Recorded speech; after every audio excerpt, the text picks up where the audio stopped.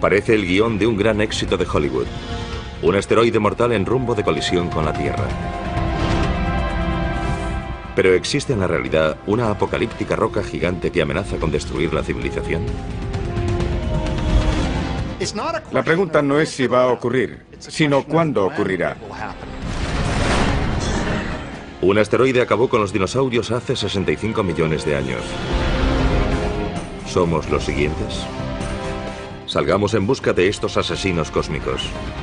Evaluemos su amenaza y analicemos las mejores formas de acabar con ellos antes de que ellos acaben con nosotros. Es el momento de detener el Armagedón.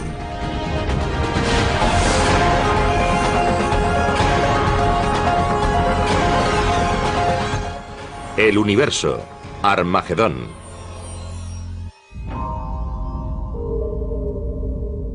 Proviene de algún lugar del cinturón de asteroides situado entre Marte y Júpiter. Es un inmenso grupo de rocas y escombros en rotación y avanza hacia la Tierra. Algo que no era más que parte de los restos del Big Bang podría estar destinado a desencadenar su propia gran explosión. Este gigantesco asteroide cruza a toda velocidad la atmósfera de la Tierra y se convierte en una fuerza imparable. Es casi 2 millones de veces más potente que la bomba Emperador soviética, el mayor y más potente artefacto explosivo jamás detonado. Su objetivo, Los Ángeles. Lo último que ven sus habitantes es un destello. Una bola de fuego. Y después...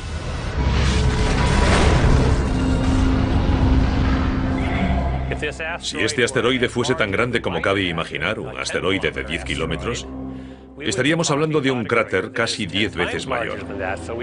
Formaría un cráter de unos 80 kilómetros. Toda la ciudad de Los Ángeles quedaría reducida a un inmenso cráter. Estaríamos hablando de una devastación absoluta. Nada sobreviviría en un radio de unos 160 kilómetros. Incluso en San Diego sufrirían enormes terremotos y ondas expansivas. Los vientos lo arrasarían todo en 300 kilómetros a la redonda. Ningún ser vivo sobreviviría en un radio de unos 1.600 kilómetros. Y eso solo tras el impacto inmediato. A continuación volvería a caer sobre el planeta una gran cantidad de restos. Sería como ver un árbol de Navidad con muchos adornos saliendo despedidos en todas las direcciones. Y después se verían enormes incendios. Arderían enormes zonas del planeta que liberarían aún más hollín y ceniza en el aire que ocultarían la luz del sol. Después, las temperaturas caerían en picado y tal vez se extinguiría toda forma de vida.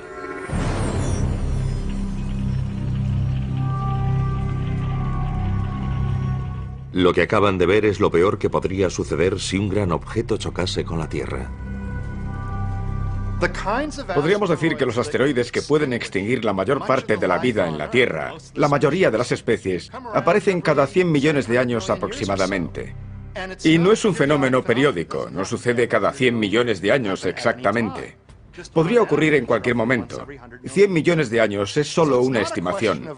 La pregunta no es si va a ocurrir, sino cuándo ocurrirá.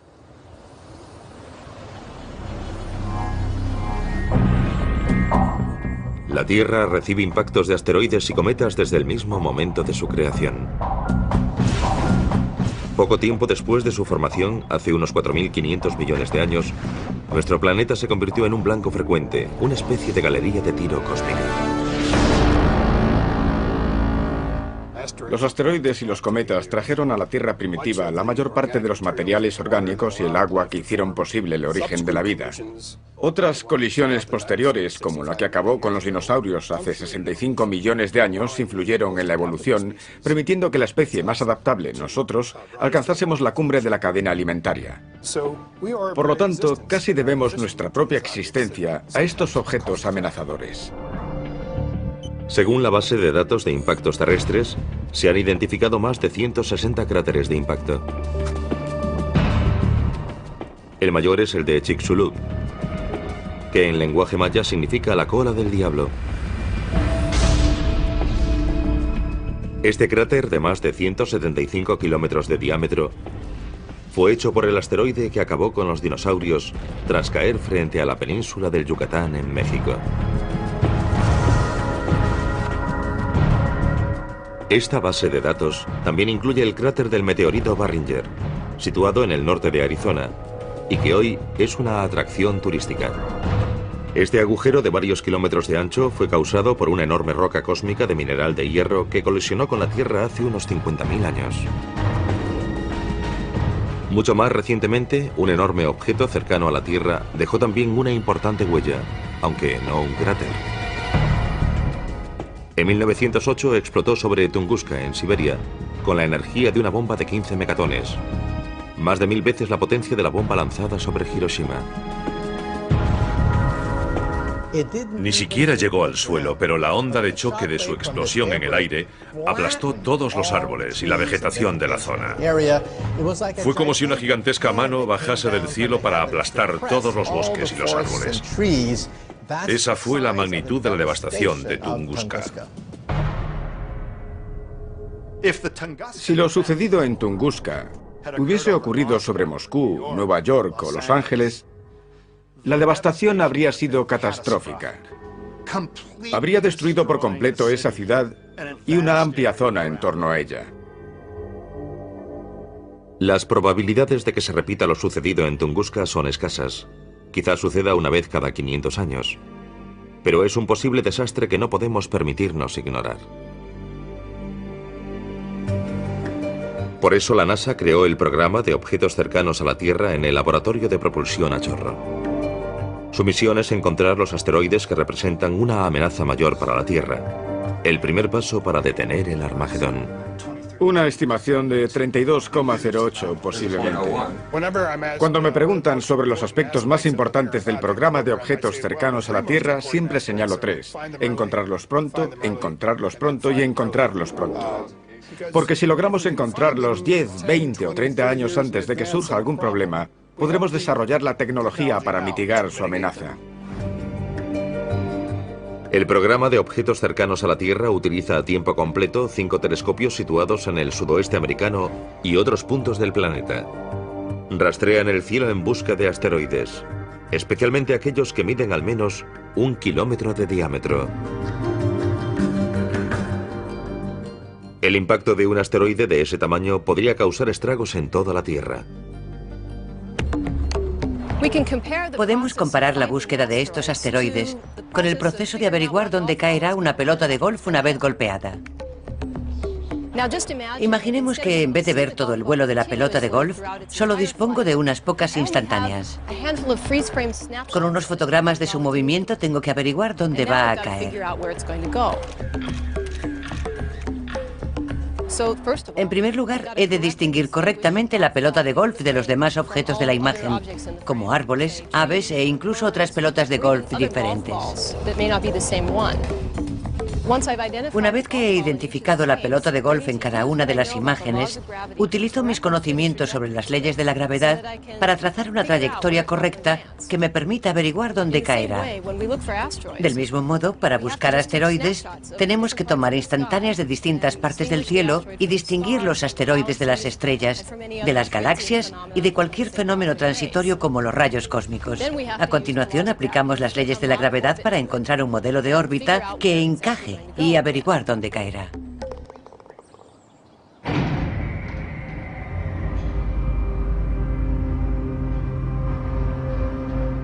Ningún telescopio del programa de objetos cercanos a la Tierra ha encontrado más asteroides que los del LINEAR, siglas en inglés del programa Lincoln de búsqueda de asteroides cercanos a la Tierra.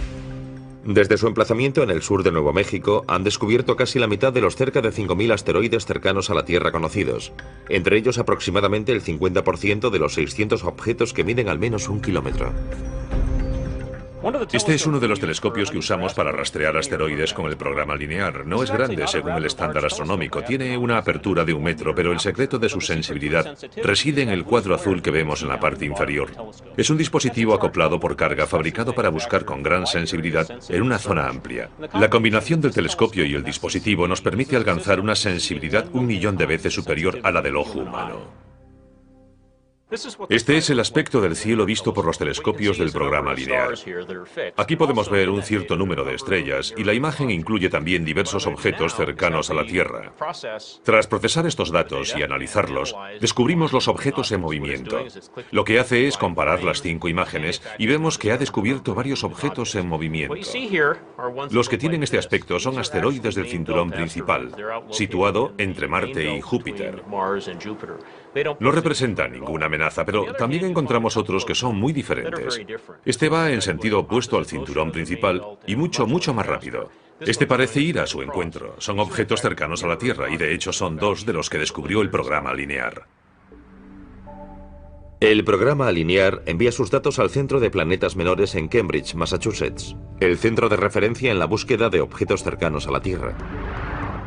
La función del centro es relacionar las nuevas observaciones de objetos cercanos a la Tierra con las ya existentes y ajustar las órbitas de los objetos cercanos a la Tierra en general. Con esas órbitas, otros grupos pueden realizar observaciones físicas utilizando telescopios para determinar el tamaño real de esos objetos. El Centro de Planetas Menores considera que un asteroide es potencialmente peligroso si su órbita lo sitúa a menos de 8 millones de kilómetros de la Tierra. Estaría demasiado cerca para nuestra tranquilidad cósmica y sin duda merecería entrar en la escala de Turing, una guía que los científicos utilizan para evaluar el nivel de amenaza que representa un asteroide. Es una escala del 0 al 10. 10 es la destrucción absoluta y 0 que hay muy poca o nula probabilidad de algún tipo de impacto. La calificación más alta que un objeto ha recibido hasta la fecha en la escala de Turing ha sido la de un asteroide llamado Apophis. Apophis fue bautizado con el nombre del dios egipcio de la destrucción y en cierto momento fue clasificado con un 4 en la escala de Turing. En las semanas siguientes a su descubrimiento en diciembre de 2004, hubo una temporada en la que parecía tener un 2,7% de probabilidades de chocar con la Tierra en 2029. Es una probabilidad entre 37, una probabilidad propia de la ruleta, no de la lotería. En ese momento todo el mundo empezó a prestar una atención especial a Apophis como una posible amenaza en 2029. Apophis mide unos 270 metros de largo y tiene la energía de una bomba de 500 megatones, suficiente para destruir una gran ciudad o causar un tsunami devastador. En 2029, Apophis estará más cerca de la Tierra que el satélite que le permite ver este programa.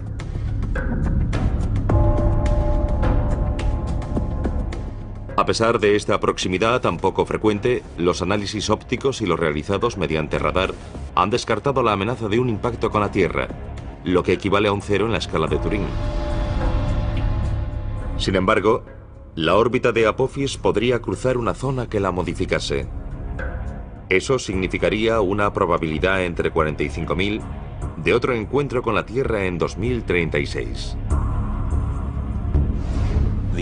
Estamos estudiando minuciosamente la posibilidad de una colisión en 2036. Sin embargo, tendremos 2 magníficas oportunidades de observar a Apophis. Una en torno al año 2013 y otra en torno al año 2021. Estamos bastante seguros de que entonces podremos descartar la posibilidad de un impacto. En el caso improbable de no poder descartar la posibilidad de un impacto, aún dispondríamos de mucho tiempo para evitar la colisión mediante alguna forma de mitigación. El siguiente paso para detener el Armagedón es adoptar una medida de mitigación. ¿Cómo podemos evitar que Apophis o cualquier otro gran asteroide choque con la Tierra y cause una enorme devastación? La respuesta más obvia podría ser también la peor opción de todas.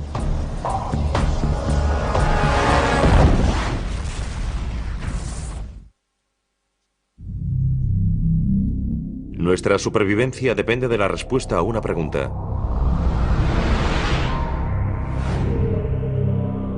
Si descubrimos un gran asteroide en rumbo de colisión con la Tierra, ¿podemos hacer algo para evitar que ocurra? Podemos pensar en el impacto de un asteroide como un gran desastre natural, pero lo que lo diferencia de los desastres naturales que conocemos, como los huracanes, los terremotos, etc., es que en principio se pueden prevenir. Por lo tanto, nuestra tarea no se limita a paliar sus consecuencias, sino a intentar evitarlo. Es una diferencia importante. Esta prevención de un gigantesco impacto con la Tierra nos lleva al segundo paso para impedir el Armagedón: mitigar su riesgo. Neutralizar un objeto letal cercano a la Tierra no es tarea fácil. Solo hay que fijarse en las películas de Hollywood. O quizás no.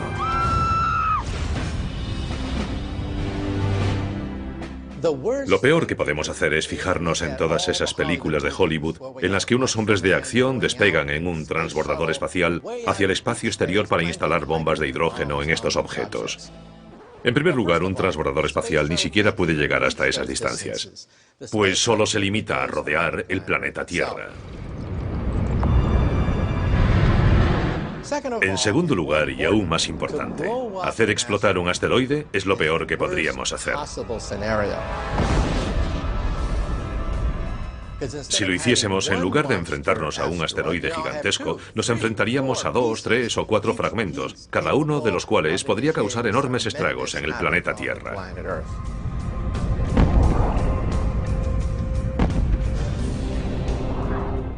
Si fuese un objeto grande y dispusiésemos de tiempo suficiente, podríamos intentar hacerlo explotar con la esperanza de que sus restos, o la mayor parte, no alcanzasen la Tierra. Pero podríamos detectar con suficiente antelación cualquier objeto grande. Por tanto, los que nos plantean mayores dificultades son los objetos pequeños y más numerosos. Su destrucción pura y simple, como las explosiones al estilo de Hollywood, es demasiado arriesgada y a lo sumo quedaría reservada para los asteroides de mayor tamaño. Pero existe una forma más segura de evitar el peligro que implica un objeto cercano a la Tierra: desviarlo. Si un asteroide se dirige hacia la Tierra en rumbo de colisión, la mejor opción es modificar su órbita muy ligeramente para alejarlo de la Tierra sin romperlo. Es mucho mejor que fragmentarlo, porque no puedes hacer que desaparezca. Simplemente lo rompes en pedazos. Bombardeándolo solo conseguiremos hacerlo pedazos y eso podría causar un daño mucho mayor. Ese sería el gran peligro. Para que su desvío suponga el mejor resultado posible, cuanto antes lo detectemos mejor. Dispondríamos de años o incluso décadas. En pocas palabras, detectarlo lo antes posible equivale a desviarlo lo antes posible. Más importante aún, cuanto más lejos esté el asteroide, menos fuerza tendremos que aplicar para lograr un gran cambio en su órbita. Para demostrarlo, vamos a jugar al hockey. Cuanto más lejos de la portería golpee el jugador el disco, menos habrá que desviarlo para evitar un gol. Sin embargo, si el jugador lo golpea mucho más cerca de la portería, hará falta una desviación mucho mayor para evitar el gol. Ahora imaginemos que el disco es un asteroide y la portería es la Tierra. La mejor opción sería desviar el asteroide modificando su velocidad. Si podemos hacerlo con suficiente antelación, por ejemplo 10 años, solo necesitaremos cambiar su velocidad menos de 1 centímetro por segundo. Es un cambio muy pequeño en su velocidad, pero su efecto acumulativo hará que llegue hasta donde estamos antes de que nosotros lleguemos o cuando ya no estemos allí. Por lo tanto, dejaría de ser un problema. Se han propuesto varias estrategias para desviar asteroides. Y con permiso de Bruce Willis, ninguna requiere una misión tripulada. Una misión tripulada obstaculizaría la operación en buena medida. Con la tecnología y los vehículos actuales no podemos alejarnos mucho de la Tierra.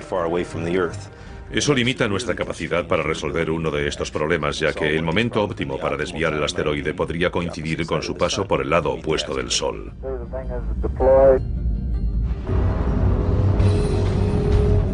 Una estrategia de desviación propuesta por investigadores franceses aboga por hacer que un asteroide que no represente una amenaza choque con el que se dirija hacia la Tierra y lo desvíe. Denominan esta estrategia asteroide contra asteroide.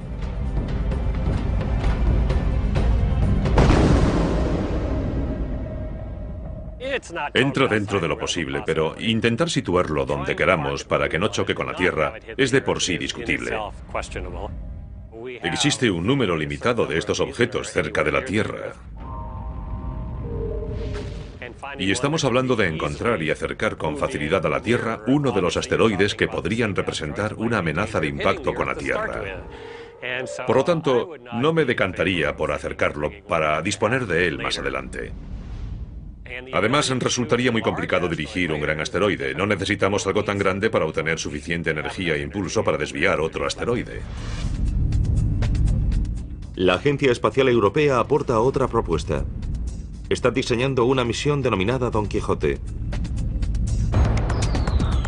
En lugar de atacar molinos de viento, la agencia pretende modificar el curso de un asteroide que no represente una amenaza mediante el lanzamiento de una nave espacial llamada impactador cinético para que choque con él.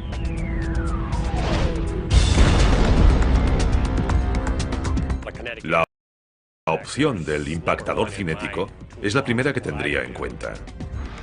Es muy simple y sencilla, y al menos nos ofrecerá algún resultado. Un efecto mínimo con el que podamos contar. Podemos lanzar algo lo bastante grande, con la velocidad suficiente, con un plazo de, digamos, 10 o 20 años, para desviar un asteroide de hasta varios cientos de metros.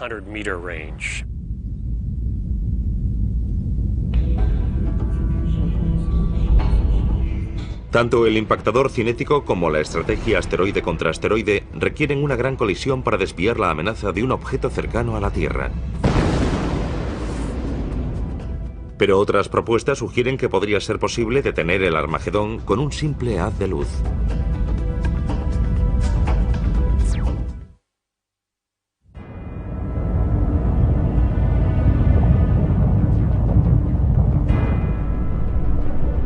Hay varias formas de impedir el Armagedón. Hay quien propone un enorme impacto repentino que consiga que el asteroide abandone su rumbo de colisión con la Tierra.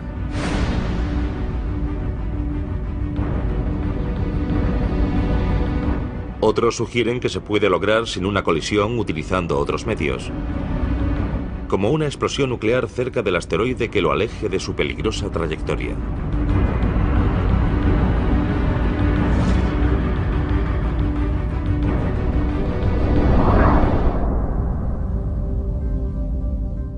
Lo haríamos detonar a poca distancia de la superficie. Su principal efecto sería energético. Es de esperar que en forma de neutrones que al atravesar la superficie calentarían el meteorito y harían saltar fragmentos de su superficie. Se trataría de un área bastante grande, lo que disminuiría la probabilidad de romperlo.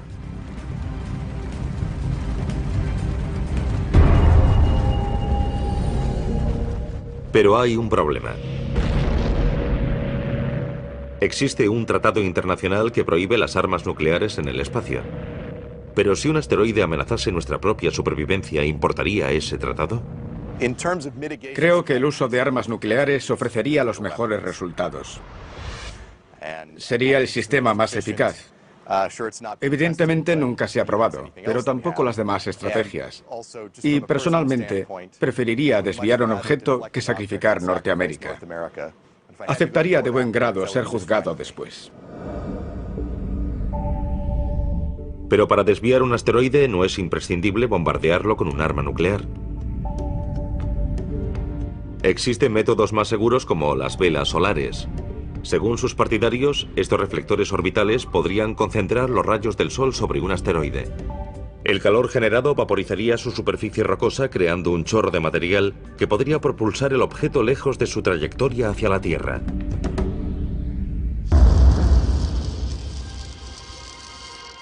También podríamos utilizar rayos láser. Si nos permiten cortar los metales más duros y realizar intervenciones quirúrgicas delicadas, tal vez una versión más potente podría desviar un asteroide. La opción del láser es muy atractiva porque resulta más económica y es más sencilla. Podría realizarse mediante una nave robótica. El láser dirigiría hacia el asteroide un rayo de luz.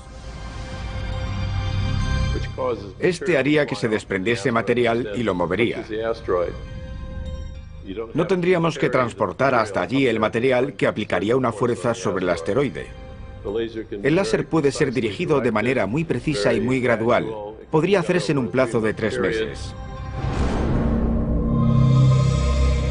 En los años 80, un equipo de investigadores descubrió accidentalmente el potencial del láser mientras experimentaba con pulsos cortos sobre una oblea de silicio, un material similar a la superficie de un asteroide.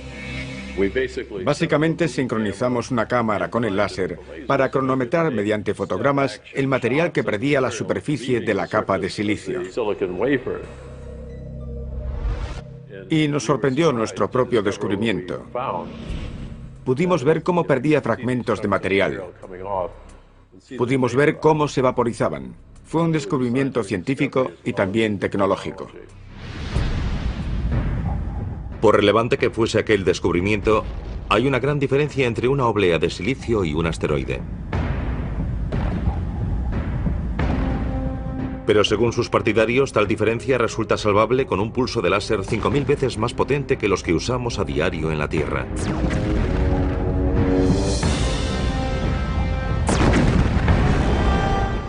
Este superláser, alimentado por cohetes y paneles solares, podría situarse a 5 kilómetros de un asteroide y desviarlo utilizando una serie de pulsos cortos en lugar de uno continuo. Un pulso muy corto podría aplicar suficiente intensidad a la superficie del asteroide para desprender material. Cuando ese material saliese despedido del asteroide, lo empujaría en la dirección que deseásemos que se moviese. Además, a medida que ese láser de pulso muy corto incide en su superficie, crea una nube de material que se desprende del asteroide. Esa nube de material absorberá cualquier otra luz que enviemos al asteroide. Por lo que es importante que toda esa energía lumínica llegue a esa zona del asteroide en muy poco tiempo antes de que se forme una nube.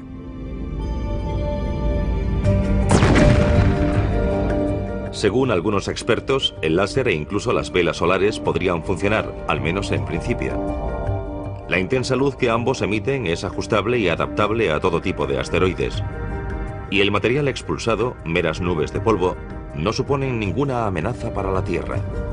Sin embargo, sus posibles inconvenientes podrían resultar insalvables. Mantener en el lugar correcto la fuente del láser o un gran espejo solar es algo muy difícil y habría que hacerlo durante mucho tiempo. La reflexión solar plantea además la cuestión del polvo expulsado. ¿Cómo afectará al espejo solar? Por lo tanto, existen problemas importantes a largo plazo que no sabemos si podremos resolver en un futuro. En este momento no hay duda de que está más allá de nuestra capacidad. Hoy disponemos de láseres continuos que producen más energía, 25 o 50 kilovatios. Se han construido con fines militares y tienen más potencia de la necesaria. El tipo que proponemos requeriría incrementar la potencia del láser de pulso ultracorto hasta un mínimo de 5 o quizá 10 kilovatios. Un esfuerzo concentrado nos permitiría fabricarlo en un plazo de 5 a 10 años. Podríamos lograrlo si existiese la intención de hacerlo. ¿Y por qué limitarse a un solo láser?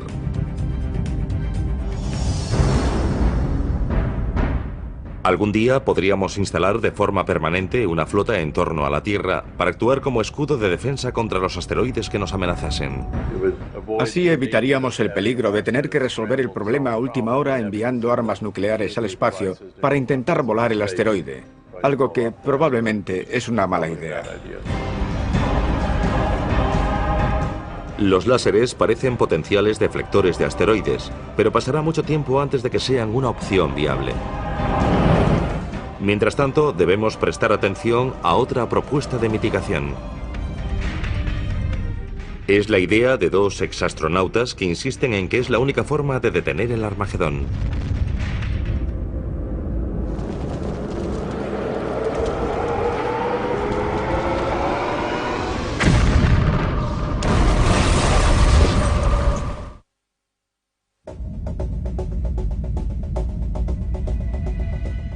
De todas las propuestas para impedir el Armagedón, el dispositivo más efectivo podría ser el denominado tractor gravitatorio.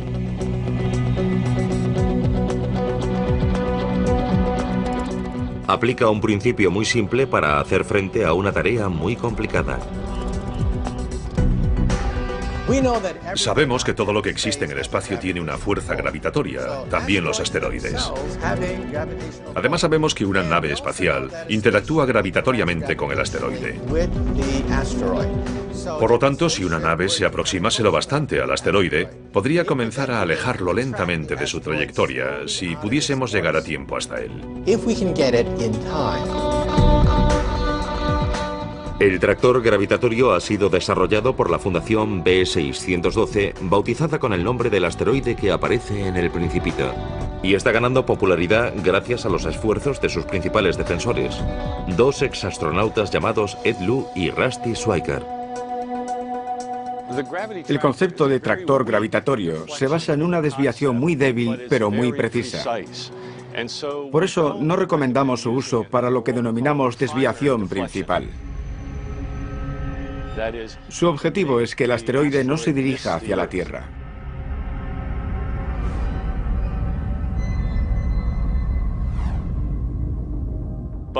Pero una vez realizado el impacto cinético, que es una maniobra muy imprecisa, utilizaríamos el tractor gravitatorio para realizar un ajuste muy preciso al resultado de la desviación principal. El tractor gravitatorio es uno de los pocos mecanismos de desviación de asteroides que resulta realista. Los dos únicos que son realistas en este momento son el impactador cinético, que consiste en chocar con el asteroide con una nave espacial, y el tractor gravitatorio. Aparte de estos, la mayoría de los demás son ciencia ficción. El tractor gravitatorio utiliza en parte tecnología ya existente. Es propulsado por una combinación de motores de iones y paneles solares y su tamaño y su peso son aproximadamente los de un carro de golf. No es muy grande comparado con otras naves espaciales, pero según sus defensores es lo bastante grande para terminar el trabajo tras un impacto cinético.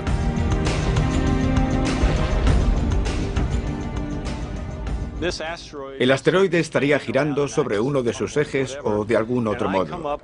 Llegaríamos con el tractor gravitatorio y lo situaríamos aquí si quisiésemos arrastrarlo en esta dirección. Aunque el asteroide estuviese girando, no llegaría a tocarlo. Nos limitaríamos a situarlo delante de él si queremos empujarlo en esa dirección y ahí permanecería. Digamos que el asteroide tiene 90 metros de diámetro. Entonces nos situaríamos a 75 metros del centro de gravedad del asteroide aproximadamente. En otras palabras, a una distancia aproximada de 1,5 veces el radio del asteroide. Impediríamos que nos atrajese la gravedad del asteroide. Dirigiríamos los propulsores del motor de iones hacia un lado para no hacerlo explotar. Eso nos permitiría permanecer allí una semana, un mes, un año o lo que fuese necesario. Los motores de iones duran mucho tiempo. Y como el tractor gravitatorio dispondría de un transpondedor de radio, podría ser localizado con mucha precisión desde la Tierra. Eso permitiría saber con exactitud los cambios que ha sufrido la órbita del asteroide. estaríamos modificando la composición del sistema solar sin tocar nada. Su capacidad para realizar movimientos controlados y precisos es la principal ventaja del tractor gravitatorio. Una vez desviado cualquier asteroide, debemos asegurarnos de que no regrese y choque con nosotros en un futuro. El tractor gravitatorio nos permite medir con precisión hacia dónde se dirige y realizar pequeñas correcciones que nos aseguren que no regresará. A pesar de esta ventaja, el principal inconveniente del tractor gravitatorio es su poca fuerza. Quizá demasiado poca para afectar a un asteroide realmente grande. Para ser efectivo, el tractor gravitatorio necesita mucho tiempo y que el asteroide sea pequeño. Tendría que ser mucho más pequeño que 1 kilómetro. Tal vez 150 o 300 metros. Del tamaño de Apophis o menor. Si se tratase de un asteroide más grande y dispusiésemos de poco tiempo para desviarlo, probablemente el tractor gravitatorio no sería el método adecuado. Pero entre el momento en que descubramos el posible impacto de un asteroide y el momento en que se produzca, podrían pasar varias décadas. Por lo tanto, en la mayoría de los casos tendríamos tiempo para usar este método. En el momento en que podamos sufrir el impacto de algo tan grande, dispondremos de tecnología que hoy ni podemos imaginar. Utilizaremos algo distinto al tractor gravitatorio. Pero si tuviésemos que hacerlo hoy, podríamos hacerlo. Lo importante es que hoy podemos proteger la Tierra de impactos de asteroides si hacemos nuestro trabajo. La Fundación B612 pretende demostrar la eficacia del tractor gravitatorio desviando en el año 2015 un asteroide que no represente una amenaza.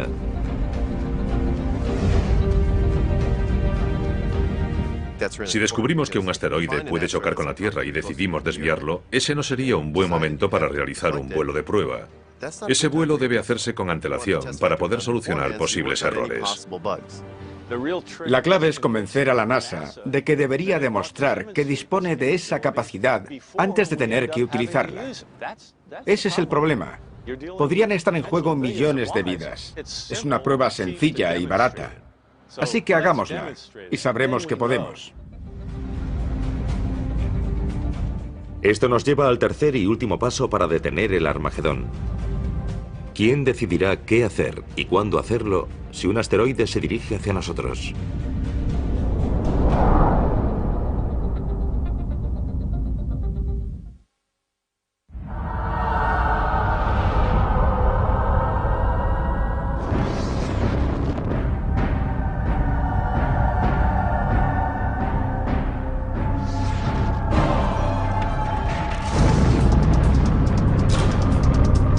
Hay 3 pasos fundamentales para detener el Armagedón. Los 2 primeros comprenden la detección del asteroide y la mitigación del riesgo que implica. El tercero, y quizá el más complicado, es quién tomará la decisión de actuar.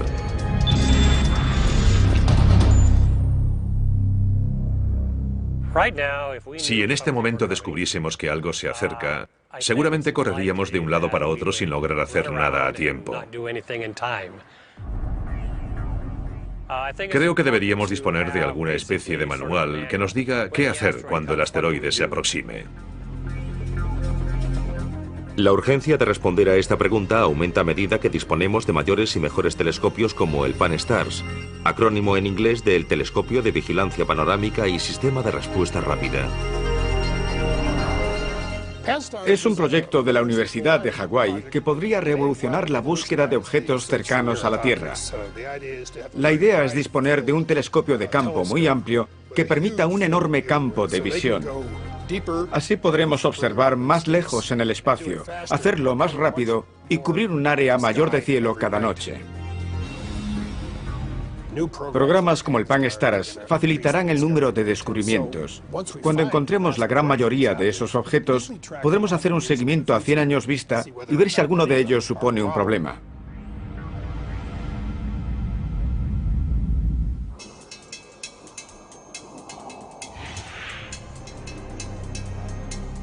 Algunos expertos han pronosticado que en los próximos 10 o 20 años podríamos descubrir 1 millón de nuevos objetos cercanos a la Tierra.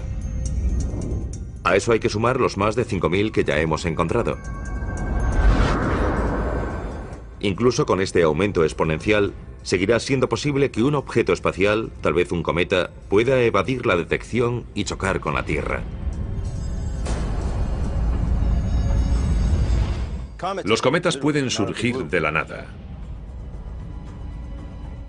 Proceden de los rincones más lejanos del sistema solar, y cuando alguno llegue, podríamos disponer solo de un par de años o menos para preparar un intento de desviarlo. No sabemos con certeza que no hay ningún cometa viniendo hacia nosotros. Pero los cometas no suelen acercarse a nuestro planeta.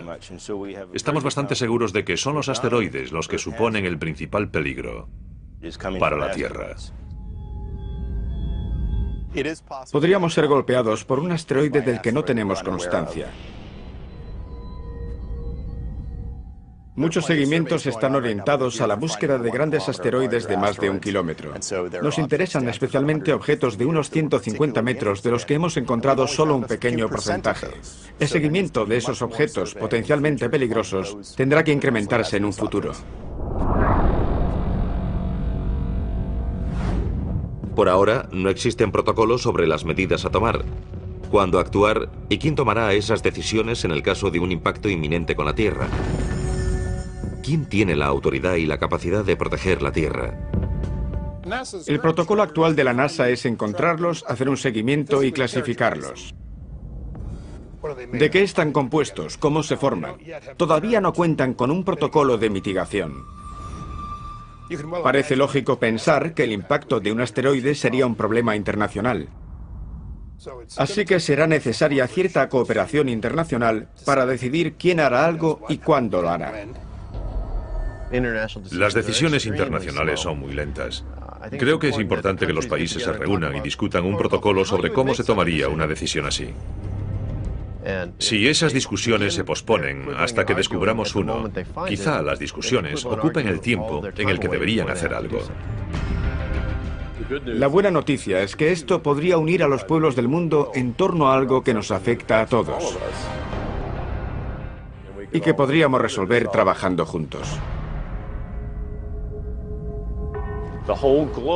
Es un riesgo que afecta a todo el planeta, no solo a un país y no solo a las naciones que disponen de un programa espacial.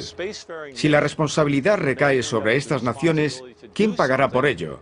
¿Quién dirá qué hay que hacer? ¿Quién tomará la responsabilidad? Estamos trabajando con las Naciones Unidas para que estén listas para tomar decisiones rápidas.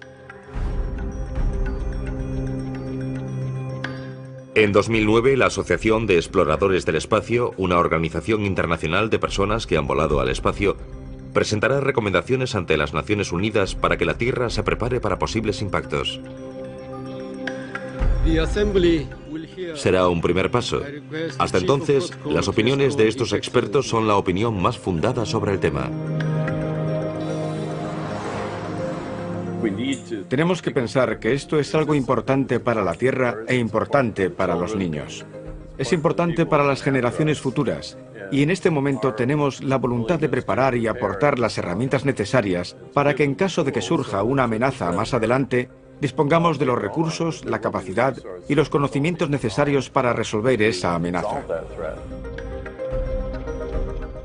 Podría suceder algo parecido a lo ocurrido en Tunguska, algo que podría arrasar una ciudad entera, similar a una bomba nuclear.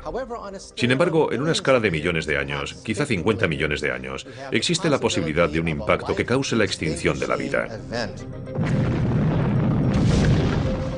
Lo más prudente es avanzar hoy mismo, porque nadie sabe cuándo se producirá el próximo impacto.